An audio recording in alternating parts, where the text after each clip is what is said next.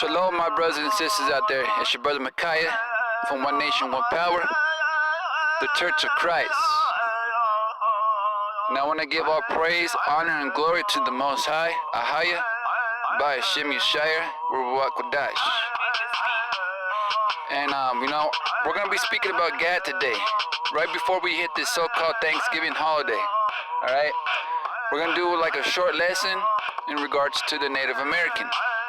And so if you're new to this, you're going to get a whole lot of understanding based off of Gad, the Native American. Alright? So I'm going to give you details about what you see right here in this picture. Alright? So pay attention to the head.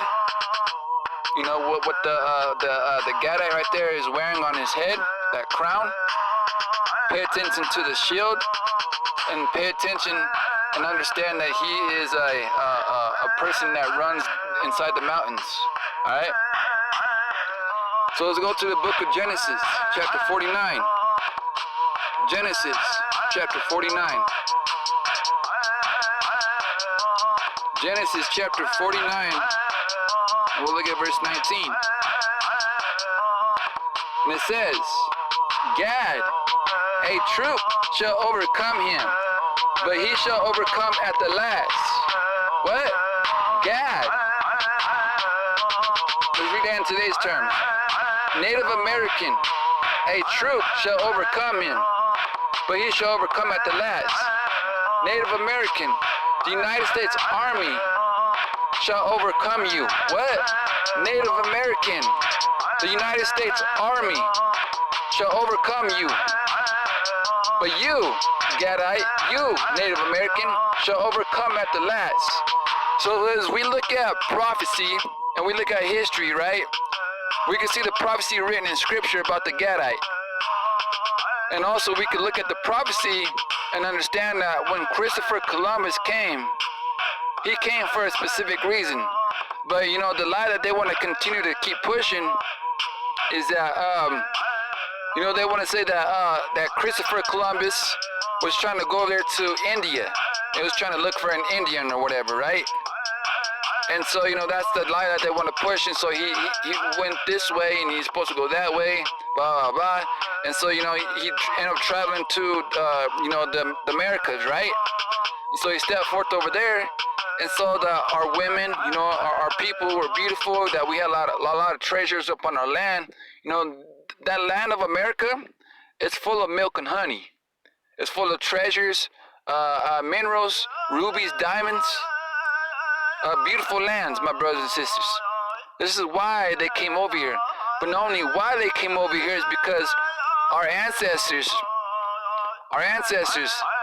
were rebellious. All right? Our ancestors were rebellious. They were doing all kinds of wicked things. They were doing all kinds of wicked things. Let me show you what they were doing. Let's go to Deuteronomy chapter 32 and look at verse 17. And it says right here, they sacrifice what? They sacrifice unto devils. What? They sacrifice unto devils, not to God. To gods they knew not. To new gods. What? New gods that they came newly up, whom your fathers feared not. And if you want to know the history behind these new gods, all you got to go do is trace it back to Deuteronomy chapter 28, verses 64.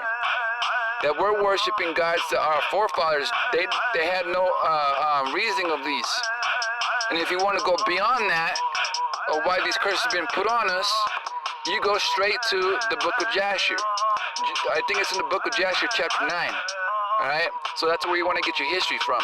If you want to trace these gods that we're worshiping today, that's how far you want to go back and understand it. Okay? Let's go back to Genesis real quick. So I'm going to show you who that troop is. I'm going to give you a clear understanding. Alright? It says, Native American, the United States Army shall overcome him, but he shall overcome at the last. Alright, let's go see what that troop is. Let's go see what they were doing. Let's go to Isaiah chapter 65. Isaiah chapter 65, verse 11. Isaiah 65 and verse 11, it says, "But ye are they that forsake the Lord." So this is talking to you, Native American. You forsook the Lord, and you wanted to do the things that you wanted to do. You wanted to go and do sacrifices and rituals in your own way, and the Most High was not pleasing with it. The same with all 12 tribes. You know, we all got our rear end beating of the stick. We all got the rod. We all got beaten. We all got put in these curses. This is why genocide and these curses fell upon our people. This is why smallpox was transferred in those blankets when the Europeans came over here. This is why. You know, and I understand your pain. I understand your madness. Oppression maketh a wise man mad. Yes, I understand. That's in Ecclesiastes 1:7, right? Ecclesiastes or 1:9, somewhere around there. The oppression maketh the wise man mad. But look, check this out. But they are that forsake the Lord, that forget my holy mountain, that prepare a table. What? That prepare a table for that troop, and that first of the drink offering that for that number. You see that right there? That prepare a table for that troop. Is that what they do on Thanksgiving? Is that we go out of our way and we prepare a table for, you know, with all kinds of food, with turkey. You know, you got your turkey, you put your stuffing inside of there, all that stuff, right? And on top of that, you know, you got you know, all these other abominational foods that are coming in, like your ham, the pig. Yeah, we're not supposed to be eating the pig. The pig is unclean. You know, with the same thing with all these foods. You can trace it back to cranberries. You know, it was like a blood sacrifice or whatever. Every food that they used on that day is a certain, there's a, you know, there's a certain origin behind it. So this is why we need to understand this, right? But you would sit there and say, oh, well, nah. Our food is good. All we gotta do is pray over it, right? All we gotta do is pray over it. So this is the excuse that you would give me, right? Ezekiel chapter 4, verse 13. But little did you know, that's not what the Most High was saying. Pay attention right here too. It says, Ezekiel chapter 4, verse 13. And the Lord said, what? And the Lord said, I didn't say this. The elders didn't say this. The man walking down the street didn't say this. The Lord said, what? The Lord said. And the Lord said, even thus shall the children of Israel eat their defiled bread among the Gentiles, whether I will drive them. So this is why you're telling me to pray over our food? See, a lot of people out there, you know, they want to go out to the extent of their pride and try to prove something. When you can't really prove something, and when you show them in the scriptures, you know, they get all quiet. Like, man, I don't want to hear this. And you know, now you know wonder why. You know, Hosea chapter 4. All right, Hosea chapter 4, verse 6. Our people are destroyed for lack of knowledge, right? Let's go to 1 Corinthians. 1 Corinthians. So this is what we're doing. We're making a menace of ourselves. 1 Corinthians chapter 10, verse 20. But I say that the things that which the Gentiles sacrifice, what? But I say the things that with the Gentiles sacrifice, they sacrifice to devils and not to God. And I would not that ye should have fellowship with the devils.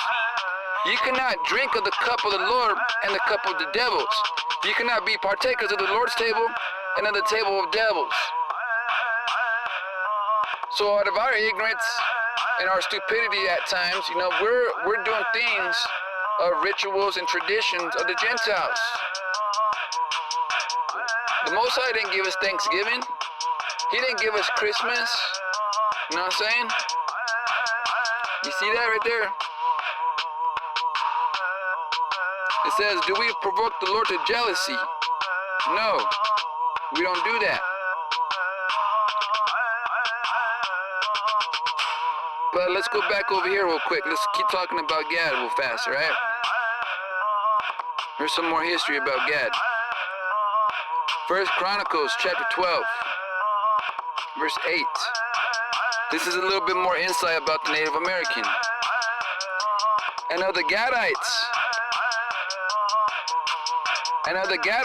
there separated themselves unto David into the hold to the wilderness of men of might, and men of war, and the men of war fit for battle, that could handle shield and buckler, whose faces were like the faces of lions, and were swift as the roes upon the mountains.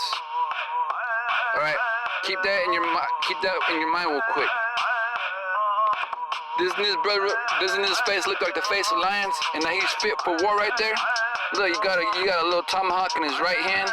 You got a shield and a spear in his left hand, right? He looks as fierce as a lion with his mane popped out with them feathers on top of his head, right? Watch this. Okay, let's go to Judges real quick. Let's go to the book of Judges. Judges 16.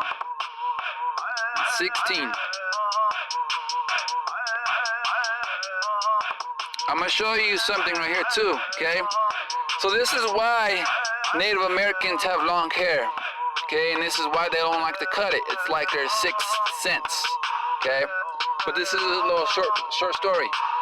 And it says in Judges 16:16, and it came to pass, when she praised him daily with her words, and urged him so that his soul was vexed unto death, that he told her all his heart, and said unto her, there hath not come a razor, there hath not come a razor upon my head, for I have not been a Nazarite unto the Most High from my mother's womb.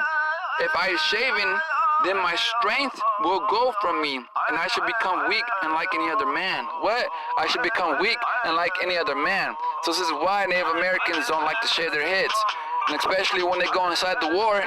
What happens when we all go inside the United States Army, or just any other army in general? We gotta shave our heads, right? We all have to shave our heads. Alright? So that's a description I wanted to show you too. But also I want to show you something inside the second stick, okay? This is a prophecy written inside the second stick. Alright? Just bear with me real quick. Let's go to the Book of Mormon. Let's go to the Book of Mormon. Alright, let's go to 1 Nephi, chapter 13. 1 Nephi, chapter 13. And we'll start at verse 10. Alright? 1 Nephi, chapter 13, verse 10, and it reads, and it came to pass that I looked and beheld many waters, and he divided the Gentiles from the seed of my brethren.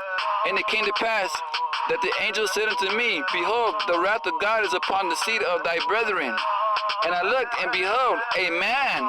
A man among the Gentiles. Who is that man? That is Christopher Columbus. And I looked and behold a man among the Gentiles, who was separated from the seed of my brethren by many waters, and I beheld the Spirit of God, and it came down and wrought upon the man, and he went forth upon many of the waters, even to the seed of thy brethren, who were in the promised land. And it says right there in verse 13, and it came to pass that I beheld the Spirit of the Most High, that it was wrought upon other Gentiles, that they went forth out of captivity among many waters. So this is a clear picture that's showing that these Gentiles, like the Mayflower, for instance, was coming over here to the Americas. In verse 14 says, and it came to pass that I beheld many multitudes of the Gentiles upon the land of promise, and I beheld the wrath of God. The wrath of God. That it was upon the seed of my brethren, and they were scattered before the Gentiles, and were smitten. And I beheld the Spirit of the Lord that was upon the Gentiles, and they did prosper. What? They did prosper and obtained the land for their inheritance. And I beheld that they were white. What? That they were white and exceedingly fair and beautiful, and like unto my people before they were slain.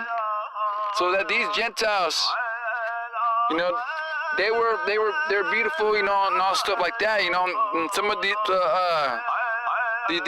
Europeans, you know, they don't want to go back and travel back to their people because, you know, they thought that this was a beautiful place, like the eighth wonder of the world, you know, things of that nature. All right, but you know, hey, America is the eighth beast coming out the water. Hey, and it's like they say, you know, it's the eighth wonder. You know, y'all looking for the eighth wonder? It's America.